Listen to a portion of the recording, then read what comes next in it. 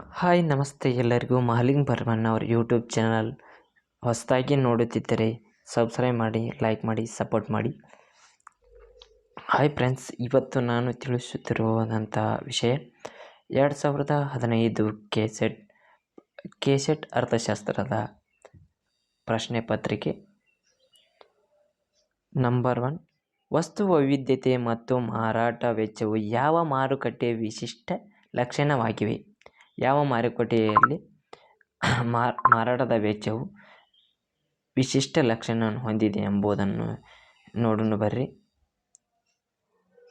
A. ಪರಿಪೂರ್ಣ ಪೈಪೋಟಿ. B. ಸ್ವಾಮ್ಯಯುತ ಪೈಪೋಟಿ. ಸಿ. ಏಕಸ್ವಾಮ್ಯ ಪೈಪೋಟಿ. ಡಿ. ಮೇಲಿನ ಯಾವುದೂ ಅಲ್ಲ. ಉತ್ತರ ಬಿ. ಯಾವುದಂದ್ರೆ ಸ್ವಾಮ್ಯಯುತ ಪೈಪೋಟಿ. ವಿವರಣೆ: ವಸ್ತು ವೈವಿಧ್ಯತೆ ಮತ್ತು ಮಾರಾಟ ವೆಚ್ಚಗಳು ಸ್ವಾಮ್ಯಯುತ ಮಾರುಕಟ್ಟೆಯ ಲಕ್ಷಣಗಳಾಗಿವೆ. ಹೌದು. ಅಮೆರಿಕದ ಅರ್ಥಶಾಸ್ತ್ರಜ್ಞರಾದ ಎಚ್. ಚೇಂಬರ್ಲಿನ್ ಅವರು 1933ರಲ್ಲಿ ತಮ್ಮ ಥಿಯರಿ ಆಫ್ ಮೊನೊಪೊಲಿಸ್ಟಿಕ್ ಕಾಂಪಿಟೇಷನ್ ಎಂಬ ಕೃತಿಯ ಮೂಲಕ ಸ್ವಾಮ್ಯಯುತ ಮಾರುಕಟ್ಟೆಯ ಪರಿಕಲ್ಪನೆಯನ್ನು ಪರಿಚಯಿಸಿದರು. ಈ ಮಾರುಕಟ್ಟೆಯಲ್ಲಿಯೂ ಪರಿಪೂರ್ಣ ಪೈಪೋಟಿ ಮಾರುಕಟ್ಟೆಯಂತೆ ಅಧಿಕ ಸಂಖ್ಯೆಯ ಕೊಳ್ಳುವವರು ಮತ್ತು ಮಾರುವವರು ಇದ್ದರು. ಅವರು ಮಾರುವ ವಸ್ತುಗಳು ಸ್ವರೂಪ, ಗಾತ್ರ, ಉತ್ಪಾದನಾ ವಿಭಾಗ, ಪ್ಯಾಕಿಂಗ್ ಇತ್ಯಾದಿಗಳಿಗೆ ಸಂಬಂಧಿಸಿದಂತೆಯೇ ವೈವಿಧ್ಯತೆಯನ್ನು ಕಾಣಬಹುದಾಗಿದೆ. ಸ್ವಾಮ್ಯಯುತ ಪೈಪೋಟಿ ಮಾರುಕಟ್ಟೆಯಲ್ಲಿ ಉತ್ಪಾದಕನು ತನ್ನ ಉತ್ಪನ್ನಕ್ಕೆ ಬೇಡಿಕೆಯನ್ನು ಸೃಷ್ಟಿಸಲು ಅಥವಾ ವೃದ್ಧಿಸಲು ಜಾಹೀರಾತುಗಳನ್ನು ಅಡ್ವರ್ಟೈಸ್ಮೆಂಟ್ಗಳನ್ನು, ರಿಯಾಯಿತಿಗಳು ಮತ್ತು ಕೊಳ್ಳುವವರಿಗೆ ವಿಶೇಷ ಉಡುಗೊರೆಗಳನ್ನು, ಗಿಫ್ಟ್ಗಳನ್ನು ನೀಡಲು ಮಾರಾಟ ಮೇಳಗಳನ್ನು ಆಯೋಜಿಸಲು ಮಾಡುವ ವೆಚ್ಚವೇ ಮಾರಾಟ ವೆಚ್ಚ. ಇದರಲ್ಲಿ ಈ ಮಾರುಕಟ್ಟೆಯಲ್ಲಿ ಕೊಳ್ಳುವವರು ಮತ್ತು ಮಾರುವವರು ಅಧಿಕ ಸಂಖ್ಯೆಯಲ್ಲಿ ಇರುತ್ತಾರೆ ಮತ್ತು ಇಲ್ಲಿ ವಸ್ತುಗಳ ಗಾತ್ರ ಮತ್ತು ಉತ್ಪಾದನೆಯ ಪ್ಯಾಕಿಂಗ್ ಇತ್ಯಾದಿಗಳಲ್ಲಿ ವೈವಿಧ್ಯತೆಯಿಂದ ಕೂಡಿರುತ್ತದೆ. ಸೆಕೆಂಡ್ ಒನ್, ಹಿಗ್ಸ್ನ ಬೇಡಿಕೆ ಬಿಂಬಕವು ಈ ರೀತಿಯ ಹೇಳಬಹುದು. ಹಿಗ್ಸ್ನ ಬೇಡಿಕೆಯ ಬಿಂಬಕವು ಈ ರೀತಿಯ ಹೇಳಬಹುದು. Multiple choice. ಎ. ಪರಿಹಾರಾತ್ಮಕ ಬೇಡಿಕೆಯ ಬಿಂಬಕ. ಬಿ. ವೆಚ್ಚ ಬೇಡಿಕೆಯ ಬಿಂಬಕ. ಸಿ. ಅನುಭೋಗದ ಬೇಡಿಕೆ. ಡಿ. ಮೇಲಿನ ಯಾವುದೂ ಅಲ್ಲ. ಉತ್ತರ ಎ. ಯಾವುದಂದ್ರೆ ಪರಿಹಾರಾತ್ಮಕ ಬೇಡಿಕೆಯ ಬಿಂಬಕ. ವಿವರಣೆ: ಹಿಗ್ಸರು ಏನು ಹೇಳಿದಾರಪ್ಪ ಅಂದ್ರೆ, ಬೇಡಿಕೆ ಬಿಂಬಕವು ಪರಿಹಾರಾತ್ಮಕ ಬೇಡಿಕೆ ಬಿಂಬಕ ಎಂದು ಕರೆದಿದ್ದಾರೆ. ಎಷ್ಟನೇ ಶತಮಾನದಲ್ಲಿ? 20ನೇ ಶತಮಾನದಲ್ಲಿ ಪ್ರಭಾವಶಾಲಿ ಅರ್ಥಶಾಸ್ತ್ರಜ್ಞರಾಗಿ ಬ್ರಿಟನ್ನಿನ ಸರ್ ಜಾನ್ ರಿಚರ್ಡ್ ಹಿಗ್ಸ್ ಅವರು ಒಬ್ಬರಾಗಿದ್ದಾರೆ.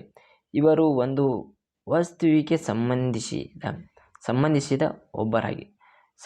ಬೇಡಿಕೆ ಬಿಂಬಕವು ಸ್ಥಿರ ಮಟ್ಟದ ತುಷ್ಟಿಗುಣವು ಕಾಪಾಡಿಕೊಳ್ಳಲು ಇತರೆ ಎಲ್ಲ ಸರಕುಗಳ ಮೇಲಿನ ವೆಚ್ಚವನ್ನು ಕಡಿತಗೊಳಿಸಿ ಆ ನಿರ್ದಿಷ್ಟ ವಸ್ತುಗಳ ಬೇಡಿಕೆ ಪ್ರಮಾಣವನ್ನು ಸೂಚಿಸುತ್ತದೆ. ಜೆ.ಆರ್. ಹಿಗ್ಸ್ ಅವರ ಪ್ರಕಾರ.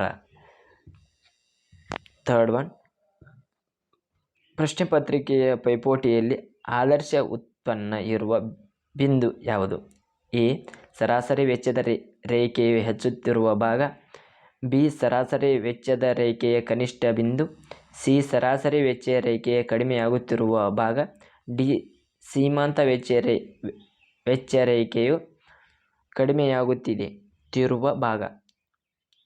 ಉತ್ತರ ಬಿ. ಯಾವುದಂದ್ರೆ ಸರಾಸರಿ ವೆಚ್ಚ ರೇಖೆಯ ಕನಿಷ್ಠ ಬಿಂದು. ವಿವರಣೆ: ಪರಿಪೂರ್ಣ ಪೈಪೋಟಿ ಮಾರುಕಟ್ಟೆಯಲ್ಲಿ ಆದರ್ಶ ಉತ್ಪನ್ನ ಇರುವ ಒಂದು ಸರಾಸರಿ ವೆಚ್ಚ ರೇಖೆಯ ಕನಿಷ್ಠ ಬಿಂದು ಆಗಿದೆ.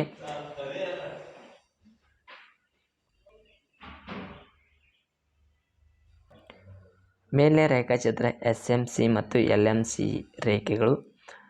SAC ಮತ್ತು LACಯ ರೇಖೆಯು ಅವುಗಳ ಕನಿಷ್ಠ ಬಿಂದುವಿನಲ್ಲಿ ಕೆಳಗಿನಿಂದ ಛೇದಿಸುತ್ತದೆ.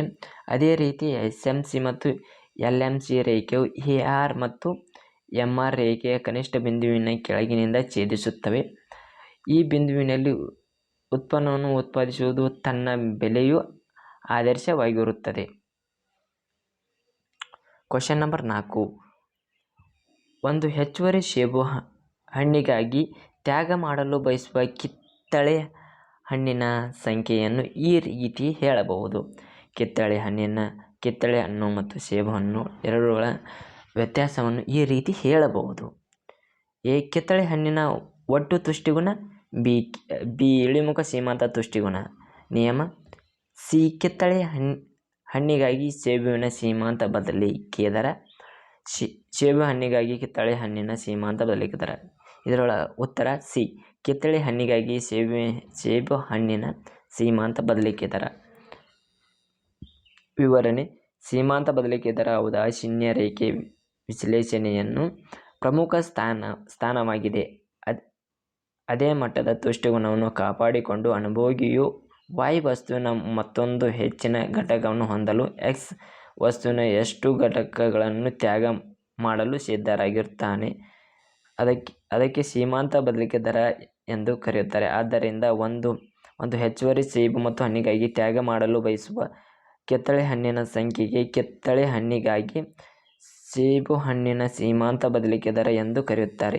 ಸೀಮಾಂತ ಬದಲಿಕೆ ದರ ಅನ್ನು ಹೀಗೆ ವ್ಯಕ್ತಪಡಿಸಬಹುದು. MRSXY dy/dx MUX/MY ಎಂದು ವ್ಯಕ್ತಪಡಿಸಲಾಗಿದೆ. ಇದರಲ್ಲಿ ಕಿತ್ತಳೆ ಹಣ್ಣಿಗಾಗಿ ಸೇಬುವಿನ ಸೀಮಾಂತ ಬದಲಿಕೆ ದರ ಅಂದ್ರೆ ಕಿತ್ತಳೆ ಹಣ್ಣಿಗಾಗಿ ಸೇಬು ಹಣ್ಣನ್ನು ತ್ಯಾಗ ಮಾಡಬೇಕಾಗುತ್ತದೆ. ಅದರ ಬದಲಿಕೆ ದರವನ್ನು ಮನುಷ್ಯನು ಹೊಂದಬೇಕಾಗಿರುತ್ತದೆ.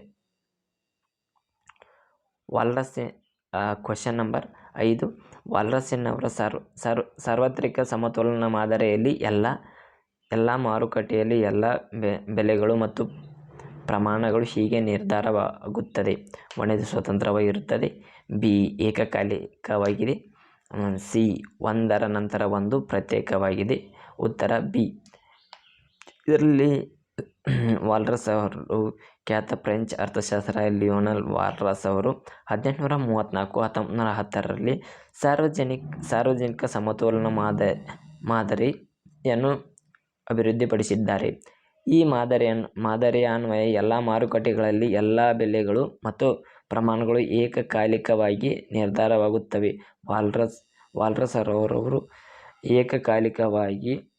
ಏಕಕಾಲಿಕವಾಗಿ ಸಮೀಕರಣವನ್ನು ವ್ಯವಸ್ಥೆಯ ಸಾರ್ವತ್ರಿಕ ಸಮತೋಲನ ಮಾದರಿಯ ಪ್ರಕ್ರಿಯೆಯನ್ನು ವಿವರಿಸಲು ಬಳಸಿದ್ದರು. ವಾಲ್ರಸ್ ರವರು 6th one. ಜೆ.ಬಿ. ಕ್ಲಾರ್ಕ್ ರವರ ಪ್ರಕಾರ ಲಾಭದ ಚಲನಾತ್ಮಕ ಸಿದ್ಧಾಂತ ಎಂದರೆ ಎ. ಲಾಭವು ಅನಿಶ್ಚಿತತೆಯನ್ನು ಪರಿಸ್ಥಿತಿಯಲ್ಲಿನ ನಿರೀಕ್ಷೆಗಳು ಮತ್ತು ಬಿ. ಲಾಭವು ಗಂಡಾಂತರವನ್ನು ಎದುರಿಸುವುದಕ್ಕಾಗಿ. ಸಿ. ಲಾಭವು ಆವಿಷ್ಕಾರ ಪರಿಣಾಮವಾಗಿದೆ. ಡಿ. ಲಾಭವು ಬೆಲೆ ಮತ್ತು ಉತ್ಪಾದನಾ ವೆಚ್ಚ ವ್ಯತ್ಯಾಸವಾಗಿದೆ. ಇದರೊಳಗೆ ಉತ್ತರ ಜೆ.ಬಿ. ಕ್ಲಾರ್ಕ್ ರವರ ಪ್ರಕಾರ ಚಲನಾತ್ಮಕ ಸಿದ್ಧಾಂತ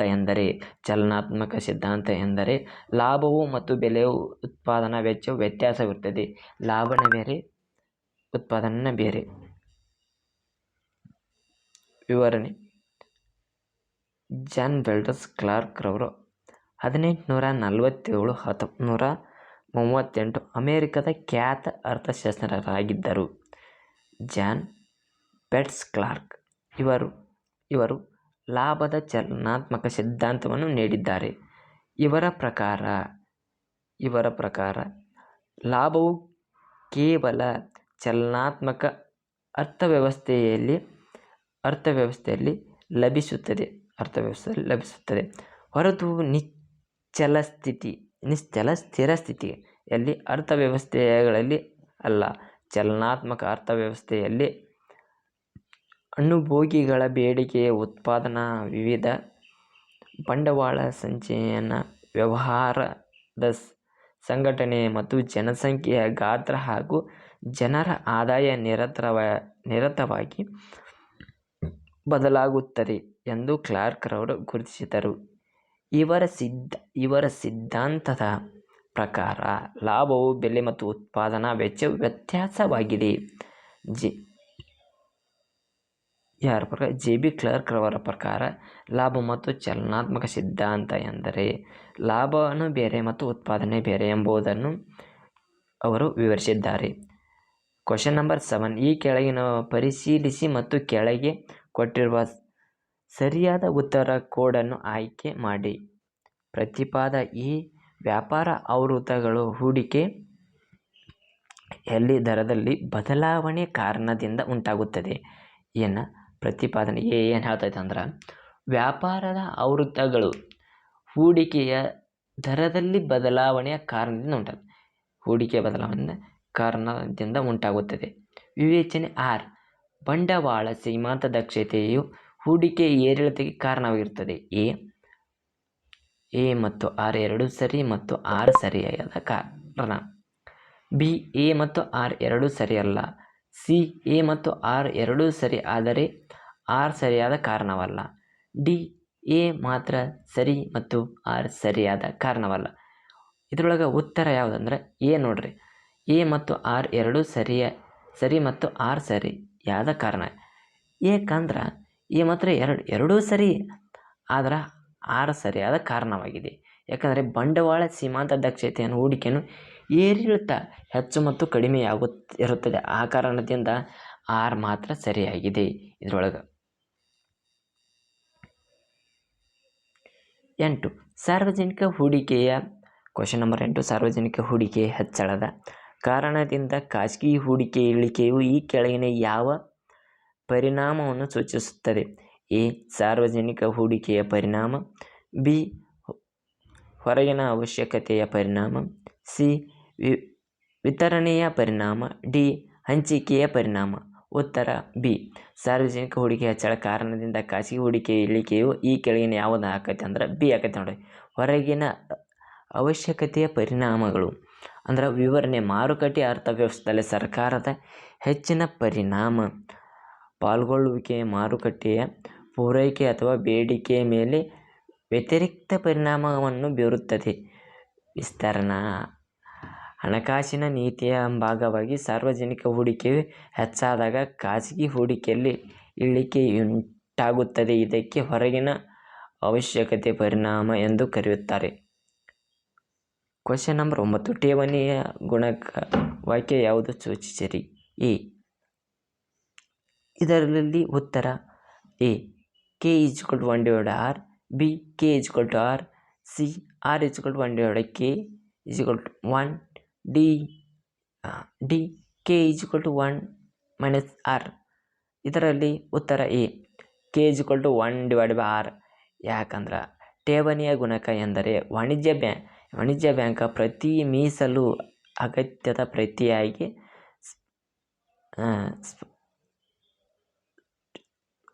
ಸೃಷ್ಟಿಸಬಹುದಾದ ಗರಿಷ್ಠ ಮೊತ್ತವಾಗಿದೆ. ಠೇವಣಿಯ ಗುಣಕ ಸಾಮಾನ್ಯವಾಗಿ ಬ್ಯಾಂಕಿನಲ್ಲಿರುವ ಠೇವಣಿ ಮೊತ್ತದ ಶೇಕಡಾವಾಗಿದೆ. ಠೇವಣಿಯ ಗುಣಕವು KU ಮೀಸಲು ಅಗತ್ಯದ R ಅನುಪಾತದ ವಿಲೋಮವಾಗಿರುತ್ತದೆ. ಕ್ವಶನ್ ನಂಬರ್ 10, ಒಂದು ವೇಳೆ ಆರ್ಥಿಕ ಸೀಮಾಂತ ಅನುಭೋಗ ಪ್ರವೃತ್ತಿ 0.8 ಆಗಿದ್ದರೆ ಎ ಗುಣಕವು 1.25 ಆಗಿರುತ್ತದೆ. ಬಿ ಗುಣಕವು 5.0 ಆಗಿರುತ್ತದೆ. ಸಿ ಗುಣಕವು ನಿರ್ಧರಿಸಲು ಸಾಧ್ಯವಿಲ್ಲ. ಡಿ, ಸೀಮಾಂತ ಉಳಿತಾಯ ಪ್ರವೃತ್ತಿ 0.4 ಆಗಿರುತ್ತದೆ. ಉತ್ತರ ಬಿ, ವಿವರಣೆ ಸೀಮಾಂತ ಅನುಭೋಗದ ಪ್ರವೃತ್ತಿ. ಅನುಭೋಗಕ್ಕೆ ಬಳಸಲಾಗುವ ಹೆಚ್ಚುವರಿ ಆದಾಯ ಶೇಕಡಾವಾರಾಗಿದೆ. MPC ಯು 0 ಇಂದ 1 ಮಧ್ಯದಲ್ಲಿರುತ್ತದೆ. ಸೀಮಾಂತ ಅನುಭೋಗದ ಪ್ರವೃತ್ತಿಯ ಸೂತ್ರ ಅನುಭೋಗದಲ್ಲಿನ ಬದಲಾವಣೆ / ಆದಾಯದಲ್ಲಿನ ಬದಲಾವಣೆ ಎಂದು ತಿಳಿಯಬಹುದು. ಮುಂದಿನ ಕ್ಲಾಸ್ನಲ್ಲಿ ಮುಂದುವರಿಸೋಣ.